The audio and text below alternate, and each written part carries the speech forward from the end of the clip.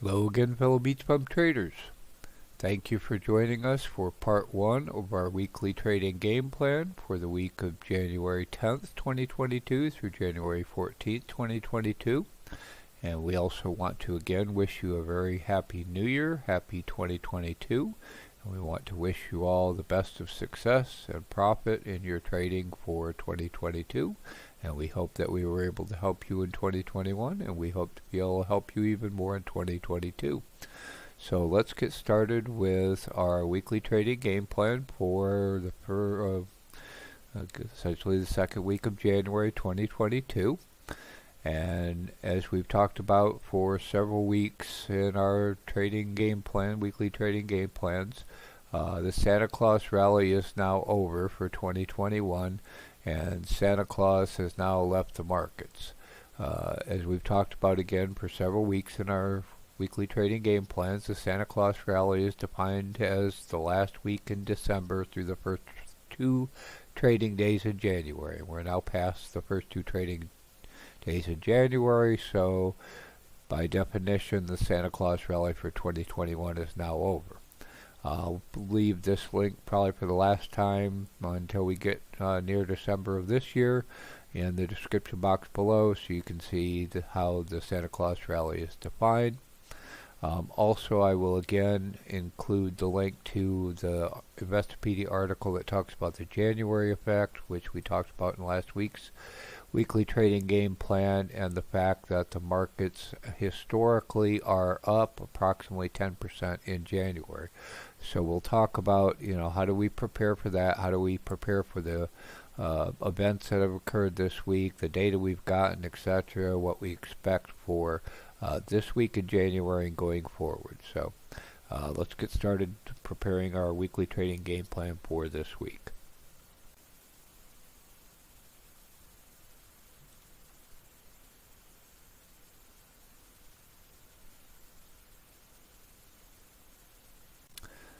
So, as we've done in several of our past weekly trading game plans, I wanted to review the the browser version of the email I received from the CNBC Investing Club from Jim Cramer. It's called What Are We Watching Next Week, including Wells Fargo earnings. Again, I'll include this link to the browser version in the description box below. But this is one of the emails that comes from Jim Cramer's CNBC Investing Club. And I'll also leave the sign up in the description box below. Just a forewarning, I have seen emails that say they may begin charging for the CNBC Investing Club. Right now, I believe it's still free, so just be aware. We found this very useful. Whether we continue or not, I'm not sure. But for now, let's review what Jim has to say, and then we'll add our commentary. So we can see, the markets got off to a shaky start. Actually, we talk about the Santa Claus Rally ending, and we had, I think, I don't know how the numbers will pan out, but we seem to have a good Santa Claus Rally, and we'll see that when we look at the futures that, the first 2 trading days, Monday, Tuesday, were positive. The markets were all running up, and then the Santa Claus Rally from 2021 ended. It's over. Santa left the markets, and the markets started to decline. So you can see they all posted weekly losses. We'll see that the Dow outperformed, the Nasdaq underperformed. We probably all experienced that. You can see it's now 7% from its all-time high of December or November. Still not technically a bear market because we're only 7% from the all-time high. Ultimately, this wasn't a surprise. Again, we'll talk about some of the economic events, and I'm sure he'll get to this in his details as well. Again, Jim is focusing on, and we'll talk about, focus on the stocks that do stuff and make things. And I will throw in and are profitable. So we'll talk about that probably more in who are those stocks in part 2 of our weekly trading game plan. So we'll hope you join us for that tomorrow as well. They talk about, okay, how stocks are valued. You can read this in more detail. This has to do with the interest rate hikes that we expect, and again, you can read that in more detail. Here's a good example of how rising rates impact valuations, and again, this is a great example in detail. I'll let you read that, but again, interest rates affect valuations, and therefore companies that aren't going to make money until far in the future are getting hit. We could see, we got quite a bit of economic data this week, and I'll add my commentary to that in a second. But we could see, ISM manufacturing was a little below estimate. ADP employment was way above estimate. And then jobless claims was mixed. We'll talk about, the employment rate versus the number of jobs created, and my view, my opinion on that. You're going to hear a lot of interpretation, opinions of that data, and you can take that all in and decide what you believe for yourself. Again, we're not financial advisors. This is for educational and entertainment purposes only, but I hope you can benefit from my opinion. Coming up this week, we're just starting another earnings season, so we'll see some banks, etc., and we'll look at that earnings calendar again. And then, we get a standard week of economic data, jobs claims on Thursday, import-export on Friday, and then sentiment on Friday. So that's what we've got coming up. I'll throw in my commentary in a minute, and we'll go from there. Okay, let's talk about some of the economic data that we got last week and how it impacted the markets. And then we'll look at the economic data for next week. Just real quickly, it's easy to see these calendars on investing.com. You can go news, economic calendar, then filter it down by the countries if you want U.S. only. You go this week, next week. So and then it's real. I like this because it's quick and easy to see, okay, what missed expectations, what's red versus what's green, what beat expectations. So, we'll talk about these, but we can see PMI, missed expectations on Monday, and then we've got some more ISM missed expectations on Tuesday. The JOLTS missed expectations, job openings missed expectations. We'll talk about crude oil, the inventory, and also the OPEC meeting. Payroll was better than expectations on Wednesday. And then jobless claims missed. Trade balance missed. ISM missed. So again, I'll throw in some commentary on that. And then, we got the Fed minutes, which I thought that was unexpected, the reaction to that. But we'll talk about why did the market react so negatively to the Fed minutes coming out. For those were the minutes from the meeting of December. So they already had the meeting, made their decision, but there's some commentary in there that rattled the market. So we'll talk about that. So, important fact, on Tuesday, OPEC had its meetings Monday and Tuesday. On Tuesday, they announced they're not going to change their plans. They're not going to accelerate production. They're still increasing production on a month-to-month basis, but they're not accelerating that. Again, they're going to keep increasing, but they're not going to accelerate that increase. And you can see they still believe that the variant will not hurt demand for energy. And put a link to this article in the description box below that explains that. Again, we saw ISM was worse than expected. JOLTS was worse than expected. So job openings was worse than expected on Tuesday. And then, Wednesday again, we got the FOMC meeting minutes from December. What kind of rattled the markets is it was more hawkish than people thought. And hawkish meaning they possibly are actually going to do quantitative tightening and not just tapering, which means they're not just going to taper their bond purchases, but when they finish tapering, they may let bonds roll off their balance sheets, or they may even sell. And that kind of rattled the markets. We'll talk about the impact that had on Treasury prices, yields, etc. Also, there was comments and commentary that the first rate hike may come at the March meeting already. So they may end their tapering, they may talk about tightening, and they may do a rate hike in March. And that's faster than was previously expected. People didn't expect the tapering until June, and then rate hikes even potentially later than that. Well, now they're talking all of that potentially in March. People are now generally expecting 4 rate hikes in 2022, with the 4th coming in December. So again, much more hawkish than people had previously been expected, primarily due to their perception that the job market is tightening and inflation has been running hot. We've been talking about this for months, that inflation was not transitory. It was very hot, and that was going to cause action and impacts in the economy and the market. So another thing I noted on Friday was, payrolls were lower than expected. Wage increases were much more than expected, which again leads to inflation. So permanent inflation. People are not going to take a job salary cut once they get a wage increase, right?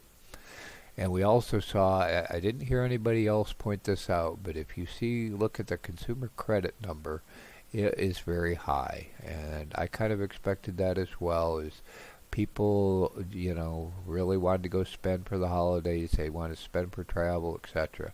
So consumer credit's very high, and that has a potential impact.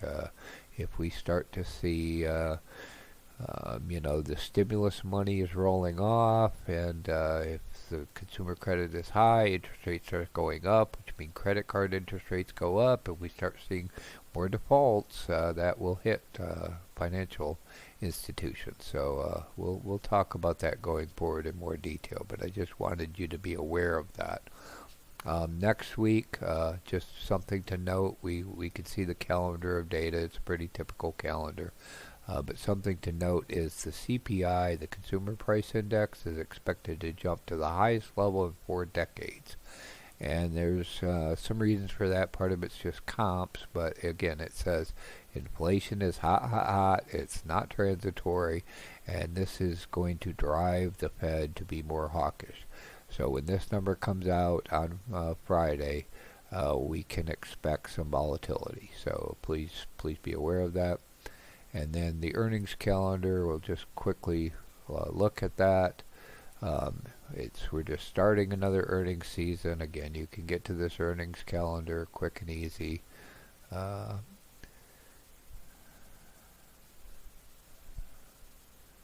On investing.com, you just go to earnings calendar. I'll put these links in the description box again.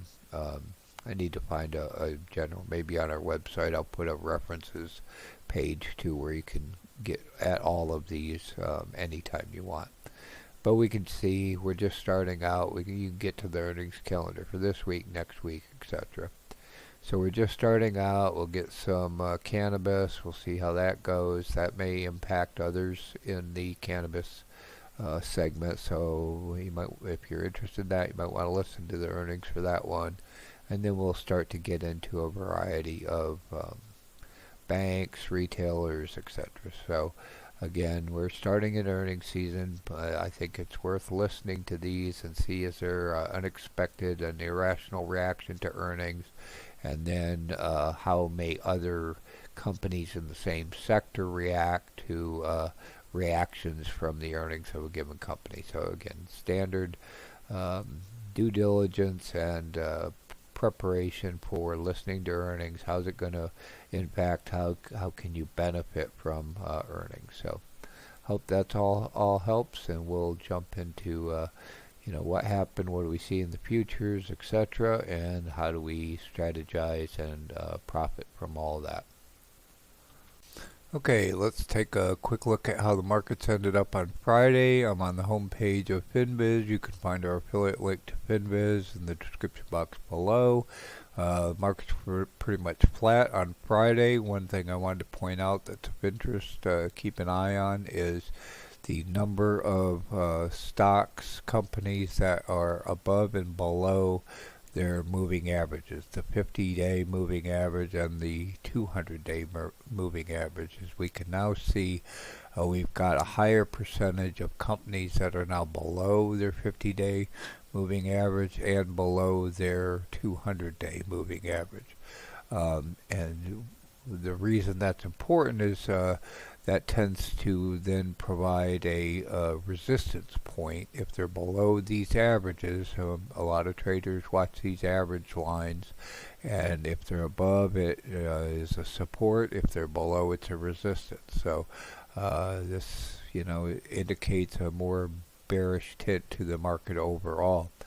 We can see in the heat map, tech's been getting hit, high growth. I think the decline in a lot of these FANG stocks, big cap, was profit taking. They ran up high. People were cashing out their profits and moving it to other areas.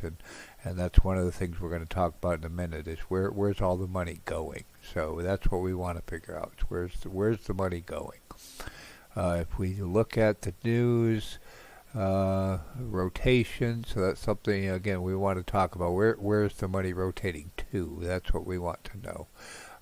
Lowered jobs report, NASDAQ, bad, mixed jobs report again. And we can see, oil, it was running up. It actually breached $80, I think, at one point. So there's still predictions that oil is going to go higher.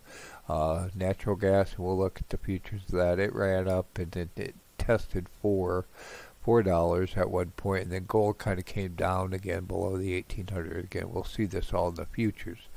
The big news is the treasuries. You can see that the 30-year spiked up over 2%, the 10-year spiked to 177, and even the 5-year is 1.5, and there's even talk that the 10-year may go above 2%. And we'll look at that in the futures in a second. But I just want to quickly look at the indices. Let's look at where they are in their trend, their channel. So we look at the SPY, the index for the S&P. We can see it broke back down into this range. So now if we look at the SPY, it's acting like it's range bound, which would say it's going to be choppy. We can kind of see it sitting between its averages. But it's not a precipitous drop. It hasn't broke the support yet. I missed that turn in terms of shorting the indices because of the January effect. I still think January could be an up month unless this FOMC shock is so much it drives it back down. So that's a look at the SPY. Let's look at the NASDAQ. We expect more downside on the NASDAQ. We can see it sitting at that support line, and the macro indicators, interest rates, yields spiking. It may well break through support. So we can see it's got some downside. So again, it's sitting at that support line. It bounced off of it a little bit. January effect says it might, the markets in general should go up, but the NASDAQ, the high growth tech stuff, is going to be under a lot of pressure. So we're not going to short it at this point again. The point to short it short term was probably there, and I just didn't catch that one. The Dow outperformed, so it did better. Again, that's probably part of the rotation into some of the industrial, steel, things like that did well, and so the Dow was outperforming. It is kind of in an upward channel. It's above its average. So Dow stocks are not bad, and this may be where the rotation's going, out of the NASDAQ into the Dow, and that's kind of what we saw last week. We may continue to see that. Now, one of the points with the January effect that they point out is it tends to favor small cap. So that if we look at the Russell, the IWM, we saw a little bit of a run up, but then it got hit too from the FOMC stuff, just the negativity in general. This is a risk off. The small caps tend to be more risky in general. So again, as we talked about last week, we want, if we're looking at small caps, we want profitable value, cheap profitable value stocks. be they large cap, small cap, etc. We want cheap, profitable value stocks. And again, we released a video on how to find cheap, profitable, and cheap value stocks using Pinvis screeners. So please see those videos. How do you find those guys? Because that's what you want. They need to be profitable. If we look at the VIX just very quickly, we'll see it spiked a little bit on some of the news, but then it settled down again. We didn't get a real panic spike. So once we get to the actual Fed actions in March, we may see one, but right now it has settled down a bit. So next we'll look at the futures and see what we can do with that. Okay, if we very quickly look at the Groups tab in Pinviz, we can see the performance of the various sectors, various groups. For the past week, we can see this rotation out of technology and into energy, financials, and materials on Friday, and also energy financials for the week. So again, rotation out of tech, out of growth, into energy financials, both for that week, and then we can see for the month that tends to be the trend. Energy, financials, and materials, utilities is a risk off, but again, all indications are flow out of technology, flow out of the NASDAQ, flow into energy, financials, primarily probably Dow stock. So, and we can see the longer term trends. But again, that seems to be the short term rotation. So we might see some, shorter time frame rotations where you see some bounces in tech and some profit taking in these. But this is the rotational trend. So keep an eye on that, and I hope that all helps. Okay, if we also look at the data that's available in Webull, I'm on the Markets tab of the online browser version of Webull. Again, you can get 2 or more free stocks with your version of Webull. We could see more decliners than advancers, although the percentage is relatively balanced. But again, more decliners than advancers. All the markets were pretty much down. If we look at the inflow, the net inflow, we can see the New York Stock Exchange was pretty flat, but we know major outflow and a major dump at the end of the day out of the NASDAQ. So if we look at the after hours, just very briefly from Friday, see if we see any major trends. Biotech, looks like there's some outflow out of biotech, or that's gainers, so I guess inflow into biotech, some medical. Losers after hours, China. So, and we won't even talk about China much because we're just kind of staying away. So they have other issues going on. If we look at the best performing industries, uranium, so we saw the rotation into energy, so we see uranium, we see metals, we see oil and gas. We see some transports.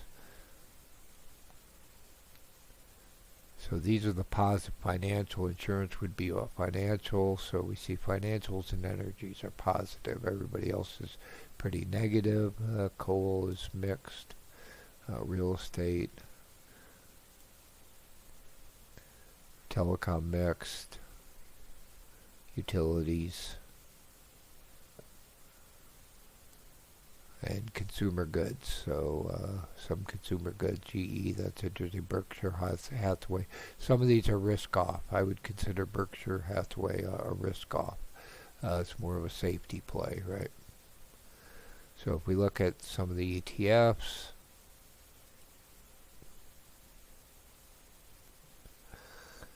we can see we would expect downs, down on the NASDAQ, big, down on the Russell, down on the Dow. So again, betting down on all the indices right now, and up on or down on the VIX. So yep, down on the VIX. So pretty much down on all the indices and down on the VIX. So they're not expecting increased volatility. So we look at industries, again, uranium, utilities, energy, healthcare very negative. Biotech's going to be biotech. Again, these are all future earnings, high risk companies. So biotech, healthcare has all been taking a major hit. Technology taking a major hit. Materials doing well. Energy doing well. Again, similar to the group sectors that we've seen. Financial services positive. So again, all consistent with what we're seeing in FinViz and in Webull. Metals, yep, metals, commodities, coffee, that's interesting. And then treasuries, high yield. So that's what we could discern from the markets tab of Webull, which helps pretty much confirm the data we were seeing in FinViz and the groups, and so now we can strategize as to where to go from here. Okay, if we look at the futures tab on FinViz, and again you can find our affiliate link to FinViz in the description box below. If we look at the indices, we can see the Santa Claus Rally occurred, but it's now over. And Santa's left the markets, so we saw, the first couple days of January were up, and then, we saw a downturn towards the end of the week due to the economic data, the FOMC meetings, etc. All the indices turned down. We see the NASDAQ is under a lot of pressure. We can see here's a critical support level. If it breaks down below that level, that's pretty bearish on the NASDAQ. We could see the Dow kind of dojied a little bit. S&P is it kind of broke below its top, so that's may become a resistance. And we saw their range bound, and we saw the Russell took a hit too. But again, small profitable value, cheap profitable value stocks. We saw the VIX, it kind of spiked up, and now it's kind of stabilized there. We see oil ran up, is still kind of running around that 80 level. If it breaks out, it could go higher. We're going to be just kind of watching for oil to peak and then potentially shorting oil with drip once it really does peak out. But I think we've got some time there. Nat gas is doing well. It's headed up. Again, it tested the $4 range. We're just waiting for it to really break up and fill this gap. We've been long Boyle. We're still in Boyle. We're making a nice profit on Boyle. And again, at some point, I expect this to turn up and fill that gap. And now we've got snowstorms and, colder than the normal weather, or at least cold weather. Maybe that will trigger that spike. We see gold dropped, and then it's kind of stabilizing. It's kind of bouncing up and down, which is okay. And silver, similarly with most of the metals, they're kind of seesawing up and down. So again, the big news is the big drop in treasuries. So we see just this precipitous drop in the prices of all the treasuries. And I see this as an opportunity. So let's talk about just very quickly this opportunity. Is the prices of all the treasuries have plummeted very rapidly. When I see something extended like that, I see opportunity. And we can see it kind of capitulated at the end there. We see these long tails. Hopefully that's a capitulation. Okay, and the volume increase. So again, those are all triggers that tell me, hey, that may be a bottom, and that's great. So bottom on prices would be top on yield. So what I've done is I've come up with a number of ETFs that are either long or short those treasuries. So again, let's talk about this in more detail, and let's talk about how do we play this. So again, we see this precipitous drop in the price of all of the treasuries, but it's more pronounced in the longer term treasuries. So how do we play this? How do we profit from it? What we want to do on a precipitous drop like that is we want to expect a bounce back, right? So we want a long price, and we want to short yield because with the prices bottom, then the yields would peak, and particularly on these longer term bonds. So what I've done is identified a number of ETFs that we can either long the price or short the yield. So again, when the yields are near a top, the prices are near a bottom, and we just want to wait for that actual, top or bottom, and then turn in the other direction, reverse in the other direction.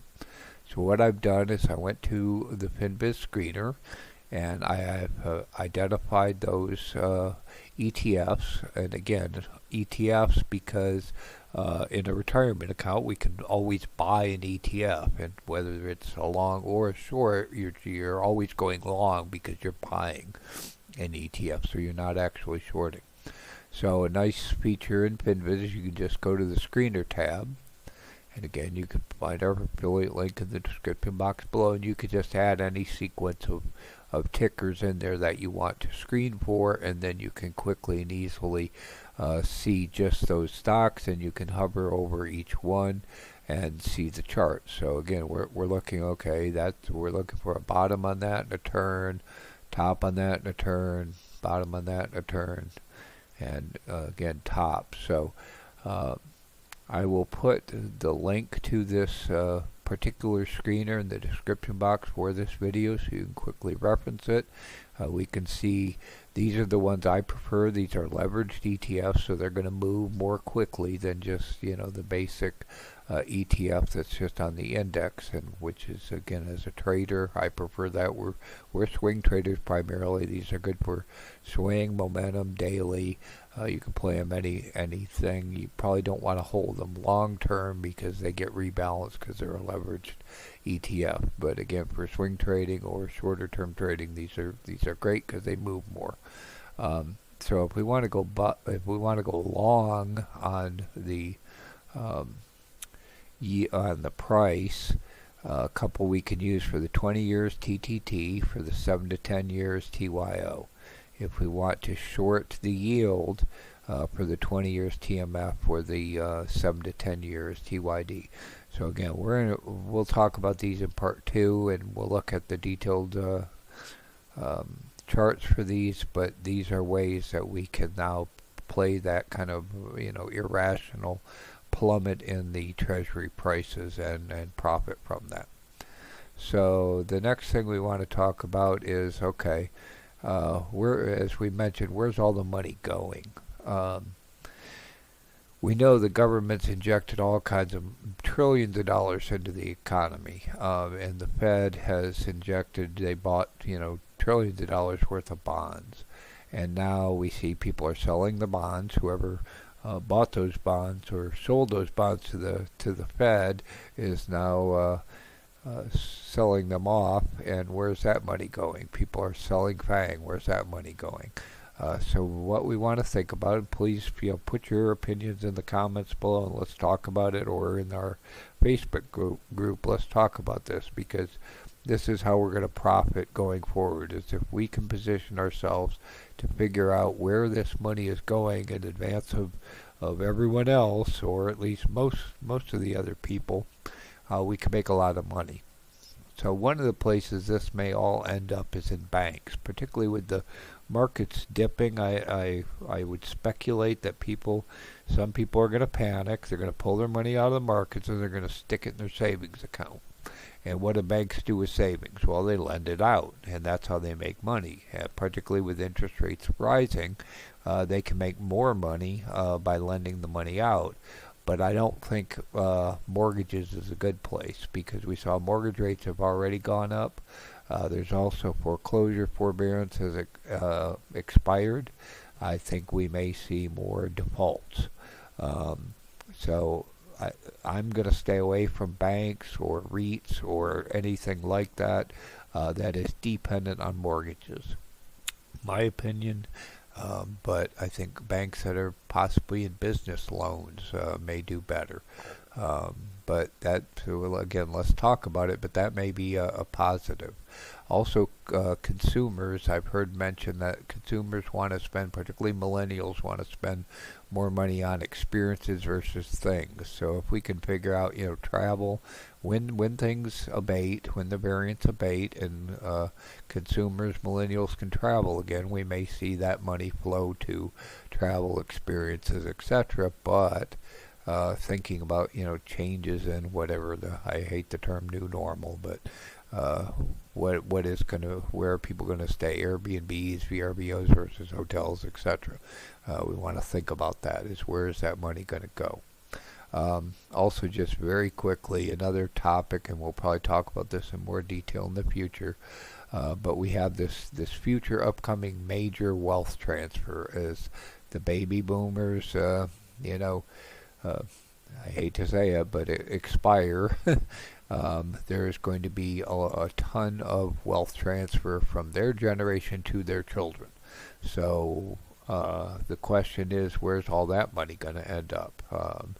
Is it going to get consumed with estate taxes? Did this generation plan well, and do they have it set up in tax shelters, or is the government going to get it back? Probably. Again, we'll talk about this in more detail. Also, I would speculate that because of that, we may see more increases coming to these estate taxes. If the government figures this out, that, hey, people didn't plan, they're going to have to pay estate taxes. If they raise the rates, they can then pay for all this or part of this government spending. So, again, another major long-term investment strategy to start thinking about is where's all that money going to go? And if you position yourself long-term for where that money's going to go, there's potential profit to be had. So, again, we'll talk about these in more details in the weeks and months to come. I'd love to hear your opinions. Please put your thoughts, and let's talk about it in the comments below and in our Facebook group. I hope you found this information useful. I hope you'll join us for part 2 tomorrow. Again, please follow us on social media. Please keep an eye on updates in the comments of this video. And please join us in the Facebook group. Let's talk about it more. And tomorrow we will pick our stocks for our watch list to be trading for next week. And again, please smash the like button to share this with your fellow BeachBum traders around the world. And please subscribe if you are not already a member of our BeachBum Trading Community YouTube channel. Please share this video with your fellow traders so they can benefit as well. And we hope this all helps. And good luck and have a great trading week.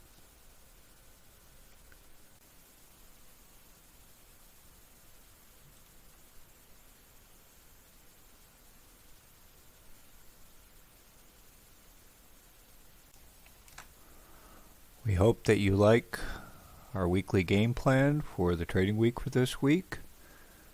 Thank you for watching the video to the end. If you found this helpful, we hope that you will choose to subscribe to our BeachBum Trading YouTube channel. And please click the bell icon below to automatically be notified whenever we publish a new video.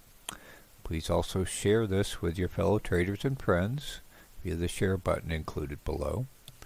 And let us know if you found our weekly game plans helpful in the comments included below. And let us know how we can improve. What would you like to see more, less of, etc. Thank you again for watching. Good luck and have a great trading week. Bye.